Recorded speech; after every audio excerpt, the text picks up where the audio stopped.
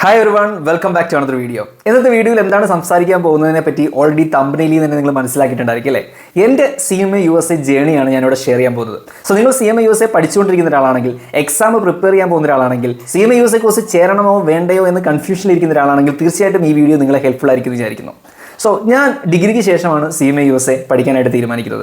Degree കഴിഞ്ഞ് BCom corporation ആയിരുന്നു. എന്ത് ചെയ്യണമെന്ന് അറിയില്ല, PGക്ക് പോകണോ അതോ മറ്റെന്തെങ്കിലും ചെയ്യണമെന്നൊരു കൺഫ്യൂഷൻ ഇരുന്നപ്പോഴാണ് CMA USA കോഴ്സിനെ പറ്റി അറിയുന്നത്. സോ കോഴ്സിൻ്റെ ഏറ്റവും വലിയ അട്രാക്ഷൻ നിങ്ങൾക്ക് ഓൾവേസ് അറിയാം അല്ലേ? 100 MCQ ക്വസ്റ്റ്യൻസ് ആണ്, 2 പരീക്ഷയുള്ളൂ. ഇതൊക്കെയാണ് പൊതുവേ നമ്മളെ ഏറ്റവും കൂടുതൽ അട്രാക്ട് ചെയ്യുന്ന ഘടകങ്ങൾ. ആ കാര്യങ്ങൾ തന്നെയാണ് ആദ്യവും എന്നെ അട്രാക്ട് ചെയ്തത്. പക്ഷേ അതിനേക്കാൾ ഉപരി എന്നെ അട്രാക്ട് ചെയ്തിട്ടുള്ളത് എനിക്ക് ഈ കുറേ കാര്യങ്ങൾ കാണാതെ പഠിക്കുകയും അതിനനുസരിച്ച് ഡിസ്ക്രിപ്റ്റീവായിട്ട് ആൻസേഴ്സ് എഴുതിയൊക്കെ ചെയ്യുന്നത് അത്ര ഇഷ്ടമുള്ള കാര്യമില്ല. കുറച്ചുകൂടെ അനലിറ്റിക്കലായിട്ട് കാര്യങ്ങൾ ചെയ്യാനാണ് എനിക്ക് താല്പര്യം. കോൺസെപ്റ്റിലായിട്ട് പഠിച്ച് അത് അപ്ലൈ ചെയ്യുന്നതാണ് എൻ്റെ ഒരു രീതി എന്ന് പറയുന്നത്.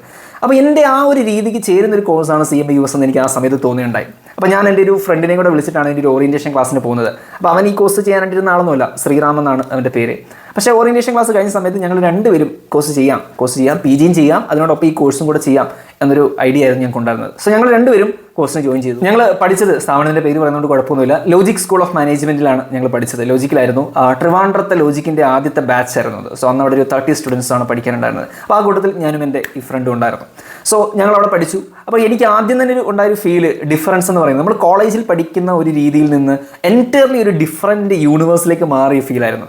കോളേജിൽ നമ്മൾ പഠിക്കുക എന്ന് പറയുന്നത് തന്നെ കുറച്ച് കടന്നു കഴിയാണ്. കാരണം പഠിക്കാൻ വേണ്ടി കോളേജിൽ പോകുന്നത് വളരെ കുറവാണ് അല്ലേ? അതൊരു എക്സ്പീരിയൻസ് ആണ്. കോളേജ് ലൈഫ് എക്സ്പീരിയൻസ് ചെയ്യുക. എക്സാമിന് പഠിക്കുന്നത് പോലും യൂണിവേഴ്സിറ്റി എക്സാം ഡേറ്റ് പ്രഖ്യാപിച്ച് ആ ഒരു ടൈമിലോ അല്ലെങ്കിൽ എക്സാമിൻ്റെ തലേന്നോ ഒരാഴ്ച മുന്നേ ഒക്കെ ആയിരിക്കും പുസ്തകം തുറന്നു നോക്കുന്നത് തന്നെ. ബാക്കിയൊക്കെ നമ്മളൊരു ചടങ്ങിന് വേണ്ടി ചെയ്യുന്നു എന്നുള്ളത് മാത്രം. പക്ഷേ ആ ഒരു രീതിയിൽ നിന്ന് എൻറ്റയർലി ഒരു ഡിഫറൻ്റ് ആയിട്ടുള്ള രീതിയിലേക്ക് ആണ് ഇവിടുത്തെ ക്ലാസ്സുകൾ ആരംഭിച്ച സമയത്ത്. അപ്പോൾ എനിക്ക് ആദ്യമായിട്ട് പാർട്ട് 2 ക്ലാസ്സാണ് കിട്ടിയത്. അപ്പോൾ പാർട്ട് 2 ആദ്യം പഠിപ്പിച്ച അധ്യാപനം ഇപ്പോഴും ഓർമ്മയുണ്ട്. അരുൺ S. ഉണ്ണിത്താൻ എന്ന് പറഞ്ഞ സാറാണ്. എനിക്കൊന്നും ഇപ്പോഴും ലോജിക്കൽ അധ്യാപകനായിട്ട് തുടരുന്നുണ്ട്.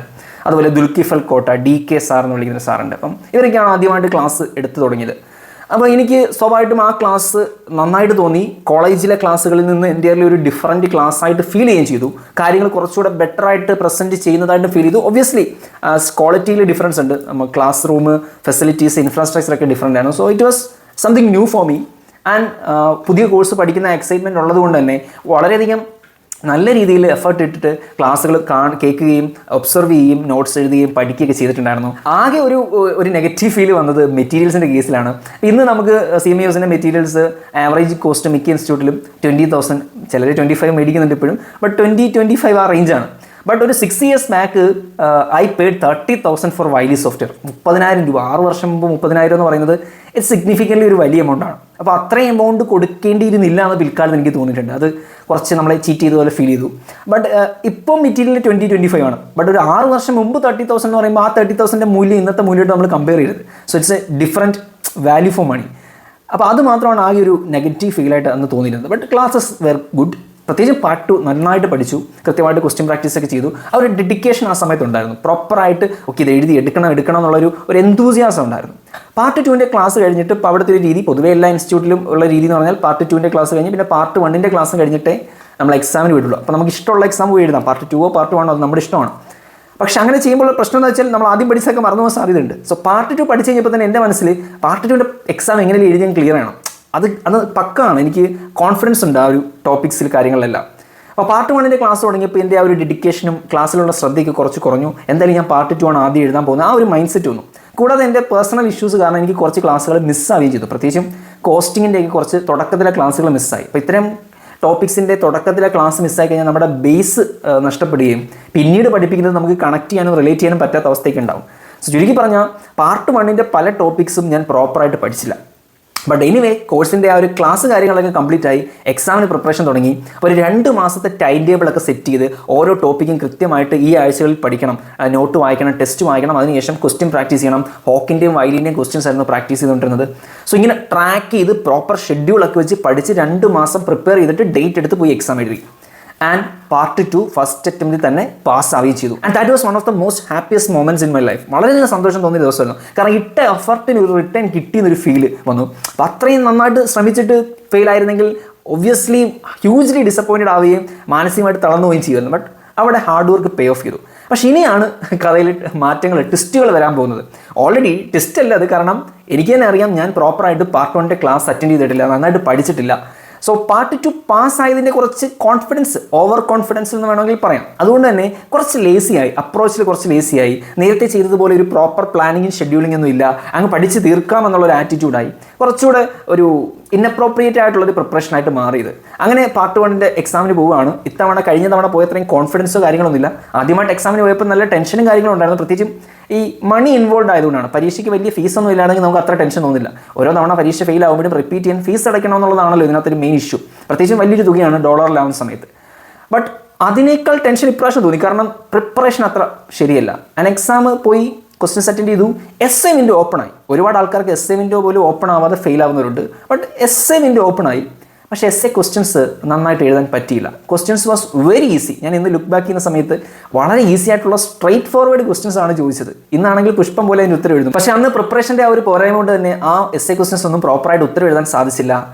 എന്നിട്ടും പ്രതീക്ഷിച്ചു ഒരു മിറാക്കിൾ സംഭവിക്കും, ജയിക്കുമായിരിക്കും എന്ന പ്രതീക്ഷയിലാണ് തിരിച്ച് വീട്ടിലേക്ക് വന്നത്. റിസൾട്ട് വന്നു. 340 മാർക്സ് ആണ് കിട്ടിയത്. 340 മാർക്കാണ് കിട്ടിയത്. And it was disappointing. Obviously പരീക്ഷ തോറ്റാൽ നമുക്ക് ഡിസപ്പോയിൻമെൻറ്റ്. പക്ഷേ അപ്പോഴും എൻ്റെ കുഴപ്പമാണ്, എൻ്റെ പ്രിപ്പറേഷൻ്റെ കുഴപ്പമാണെന്നുള്ളതിനെ പറ്റി എനിക്ക് വ്യക്തമായ ബോധ്യമുണ്ട്. പക്ഷേ അപ്പോഴും നമ്മൾ ചിന്തിക്കും 360 പാസ് മാർക്ക്. ഒന്ന് അപ്പുറം ചാടിയിരുന്നെങ്കിൽ, ഒരു 20 മാർക്ക് കൂടെ കിട്ടിയിരുന്നെങ്കിൽ രക്ഷപ്പെട്ടനെ, അല്ലെങ്കിൽ പാസ്സായനെ എന്നുള്ളൊരു ഫീലായിരുന്നു. ഈ IMAൻ്റെ മാർക്കിംഗ് സ്കീം അങ്ങനെയാണ്. 10 മാർക്ക് ഇടും. 320, 330, 40, 50, 60, 80 അങ്ങനെ പോത്തുള്ളൂ. ഇൻ ബിറ്റ്വീൻ മാർക്സ് ഇല്ല, റൗണ്ടഡ് ഫിഗേഴ്സ് വരത്തുള്ളൂ. സോ റൗണ്ട് ഓഫ് ചെയ്തപ്പോൾ 340 കിട്ടി. 1-2 MCQs ശരിയാക്കിയിരുന്നെങ്കിലോ എസ് എ ക്വസ്റ്റ്യൻ ഒന്ന് കുറച്ചുകൂടെ ബെറ്റർ ആക്കിയിരുന്നെങ്കിലോ ഒക്കെ ചിലപ്പോൾ പാസ്സായി പോയേനെ, ഹൂനോസ്. ബട്ട് എനിവേ വീണ്ടും റീപെയർ ചെയ്യാൻ തീരുമാനിച്ചു. ഇത്തവണയും കഴിഞ്ഞ തവണത്തേക്കാൾ കുറച്ചുകൂടെ ബെറ്റർ എഫർട്ട് ഇട്ടു. എങ്കിൽ പോലും ആ പാർട്ട് 2 വേണ്ടി കാണിച്ചൊരു എക്സൈറ്റ്മെൻറ്റും എന്തൂസിയാസവും എഫർട്ടും ഹാർഡ് വർക്ക് ഡിറ്റർമിനേഷനും ഒന്നും കാണിച്ചിട്ടില്ല. അതെനിക്ക് നന്നായിട്ടറിയാം. ഞാനൊരു മിറാക്കിളാണ് എക്സ്പെക്ട് ചെയ്യുന്നത്. ഇത്രയൊക്കെ എഫർട്ട് വെച്ച് അന്ന് എസ് എമ്മിൻ്റെ ഓപ്പൺ ആക്കിയില്ലേ, അപ്പോൾ അത്രയും കഴിവൊക്കെ ഉണ്ട്, ഇങ്ങനെ പഠിച്ചാലും എസ് എമ്മിൻ്റെ ഒക്കെ ഓപ്പൺ ആവും എന്നൊരു മൈൻഡ് സെറ്റ് വരുന്നുണ്ട്. അപ്പോൾ എന്തായാലും രണ്ടാമത്തെ തവണയും പരീക്ഷ എഴുതി. ഇത്തവണയും ഫെയിലായി. ഇത്തവണയും 360 ടച്ച് ചെയ്തില്ല, 350 ആണ് കിട്ടിയത്. So it was so close, but unfortunately ഫെയിലായി. രണ്ടാം തവണയും ഫെയിലായി. അപ്പോൾ ഇവിടെ എനിക്ക് വളരെയധികം മാനസികമായിട്ടുള്ള ഡിപ്രഷൻ ഉണ്ടായി. ഇനിയിപ്പോൾ കോഴ്സ് കണ്ടിന്യൂ ചെയ്യണോ എന്ന് പോലും ഒരു സംശയം ഉണ്ടായി. ആൻഡ് ടു ബി ഹോണസ്റ്റ്, ഞാൻ ആക്ച്വലി അത് ഡ്രോപ്പ് ചെയ്തു. ഇനി എഴുതണ്ട, ഞാൻ PG ചെയ്യുന്നുണ്ടായിരുന്നു. So let go with PG. വേറെ എന്തെങ്കിലും സർട്ടിഫിക്കേഷൻസ് നോക്കാം, അല്ലെങ്കിൽ വേറെ എന്തെങ്കിലും ജോബ് നോക്കാം എന്നുള്ളൊരു മൈൻഡ് സെറ്റിൽ കോഴ്സ് അവിടെ ആക്ച്വലി ഞാൻ ഡ്രോപ്പ് ചെയ്തു. ലിറ്ററലി ഡ്രോപ്പ് ചെയ്തിട്ട് ഞാൻ വേറെ കുറേ കാര്യങ്ങളിൽ എൻഗേജ്ഡ് ആയി. ആൻഡ് 3-4 മന്ത്സ് പാസ് ചെയ്തു. എൻ്റെ മെമ്പർഷിപ്പ് തീരാനായിട്ട് പിന്നീട് കുറച്ച് മാസങ്ങൾ മാത്രമേ ഉണ്ടായിരുന്നുള്ളൂ. അപ്പോൾ ആ സമയത്ത് ഞാനൊരു പർട്ടിക്കുലർ കമ്പനിയിൽ ജോബിനായിട്ട് അപ്ലൈ ചെയ്യുന്ന സമയത്ത് ആ ഇൻ്റർവ്യൂവിൽ അവിടുത്തെ മാനേജറായിട്ടിരുന്ന മിസ്റ്റർ അവിനാഷ് കുളൂർ എന്ന് പറഞ്ഞൊരു സാർ ഉണ്ടായിരുന്നു. അപ്പോൾ സാർ എന്നോട് പറഞ്ഞു, നീ ഒരു പാർട്ട് കംപ്ലീറ്റ് ചെയ്തിട്ടുണ്ട്, സോ മറ്റേ പാർട്ടിന് കൂടെ നീ എഴുതിയെടുക്കുകയാണെങ്കിൽ നിനക്ക് കമ്പനിയിൽ ബെറ്റർ ആയിട്ടുള്ളൊരു പൊസിഷൻ തരാം, നിനക്കൊരു പ്രൊമോഷൻ തരാം, നിനക്ക് കുറച്ചുകൂടെ ബെറ്റർ ഡെസിഗ്നേഷനും ബെറ്റർ സാലറിയും കിട്ടുന്ന ഒരു പോസ്റ്റിലേക്ക് കൊണ്ടുപോകാമെന്നൊരു വാഗ്ദാനം എന്നോട് പറഞ്ഞു, ഒരു പ്രോമിസ് പറഞ്ഞു. ആ ഒരു വേർഡ് തീർച്ചയായിട്ടും എനിക്കൊരു ഇൻസ്പിറേഷൻ ആയിരുന്നു. കാരണം ഞാൻ ആ കോഴ്സ് ഡ്രോപ്പ് ചെയ്താണ്, ഇനി ചെയ്യേണ്ട എന്നുള്ളൊരു മൈൻഡ് സെറ്റിൽ ഇരുന്ന ആളാണ്. പക്ഷേ ആ ഒരു വേർഡ്, ആ ഒരു കാര്യം എന്നെ തീർച്ചയായിട്ടും ഇൻസ്പയർ ചെയ്തു. അപ്പോൾ നമുക്കൊരു ടാർഗറ്റ് ആക്കി, ഇത് കിട്ടണം, ഇത് കിട്ടിക്കഴിഞ്ഞാൽ എനിക്ക് എൻ്റെ കരിയറിൽ അതൊരു ബെനിഫിറ്റ് ആകും എന്നൊരു ഓപ്ഷൻ വന്ന സമയത്ത് ഞാനത് തേർഡ് അറ്റംപ്റ്റ്, പാർട്ട് 1 വീണ്ടും 3ാമത്തെ അറ്റംപ്റ്റ് എഴുതാനായിട്ട് തീരുമാനിക്കുകയാണ്. So thanks to him.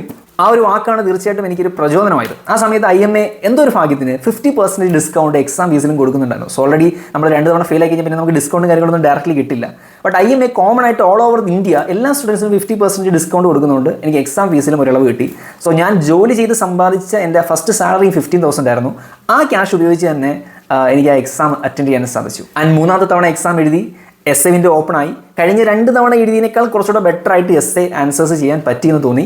കഴിഞ്ഞ 2 തവണ എഴുതി കഴിഞ്ഞപ്പോൾ ഒരു ഡിസാറ്റിസ്ഫാക്ഷൻ ഉണ്ടായിരുന്നു. ബട്ട് ഇത്തവണ എന്താണെന്നറിയില്ല, ഡിസാറ്റിസ്ഫാക്ഷൻ ഇല്ലായിരുന്നു, ഒരു കോൺഫിഡൻസ് കയറി, പാസ്സാവുമെന്നൊരു വിശ്വാസം തോന്നി. ആൻഡ് റിസൾട്ട് വന്നു after 40 days. And this time on the third attempt, after dropping the course, coming back and studying again, I passed on the third attempt. 3ാമത്തെ അറ്റംപ്റ്റിൽ 380 മാർക്ക് വാങ്ങിച്ച് ഞാൻ പാസ്സായി. സോ ഇവിടെ ഒരുപാട് കാര്യങ്ങൾ, ഒരുപാട് ഫാക്ടേഴ്സ് അതിനെ ഇൻഫ്ലുവൻസ് ചെയ്തിട്ടുണ്ട്. ഞാൻ ഈ പറഞ്ഞ ആൾക്കാർ, സിറ്റുവേഷൻസ്, എൻ്റെ ഉള്ളിലുള്ള motivations, all these factors combined and made that happen. Why I am sharing this to you? ഈ ഒരു കാര്യം ഞാൻ നിങ്ങളോട് എന്തിനാണ് ഷെയർ ചെയ്യുന്നത് വെച്ചാൽ, നിങ്ങൾ ആരെങ്കിലും എക്സാം എഴുതാൻ പ്ലാൻ ചെയ്യുന്നവരാണെങ്കിൽ, അല്ലെങ്കിൽ എക്സാം എഴുതി ഫെയിൽ ആയിരിക്കുന്നവരാണെങ്കിൽ, കോഴ്സിന് ജോയിൻ ചെയ്യണോ വേണ്ട എന്ന് തീരുമാനിക്കുന്ന ആൾക്കാരാണെങ്കിൽ, നിങ്ങൾക്ക് ഇതൊരു ഇൻസ്പിറേഷൻ മൊമെൻ്റ് ആവട്ടെ. അപ്പോൾ ആ ഒരു ഇൻ്റർവ്യൂവിൽ വെച്ചിട്ട് എനിക്കൊരു പ്രൊമോഷൻ തരാമെന്ന് പറഞ്ഞ വേർഡാണ് എന്നെ വീണ്ടും കോഴ്സിന് റീജോയിൻ ചെയ്യാനും എക്സാം എഴുതാനും പ്രേരിപ്പിച്ചത്. അതുപോലെ ഈ ഒരു വീഡിയോ നിങ്ങളെ പ്രചോദിപ്പിക്കുകയാണെങ്കിൽ അതൊരു ഇൻസ്പിറേഷൻ ആവട്ടെ എന്നുള്ള രീതിയിലാണ് ഞാനത് ഷെയർ ചെയ്യുന്നത്. പൊതുവെ അധ്യാപകർ, പ്രത്യേകിച്ചും പ്രൊഫഷണൽ കോഴ്സ് ആണെങ്കിലും ഏത് കോഴ്സ് ആണെങ്കിലും, ടീച്ചേഴ്സ് അവരുടെ ഫെയിലിയേഴ്സിനെ പറ്റി പറയാറില്ല. കാരണം കുട്ടികൾക്കിടയിൽ അവർക്കൊരു ബാഡ് ഇമേജ്, ഇവർ പരീക്ഷയ്ക്ക് തോറ്റവരല്ലേ എന്നൊരു ഇമേജ് ക്രിയേറ്റ് ചെയ്യുന്നൊരു പേടിയുള്ളത് കൊണ്ട് തന്നെ ഫെയിലിയറിനെ പറ്റി പൊതുവെ സംസാരിക്കാൻ ഒരു പേടി ഉണ്ടാവും.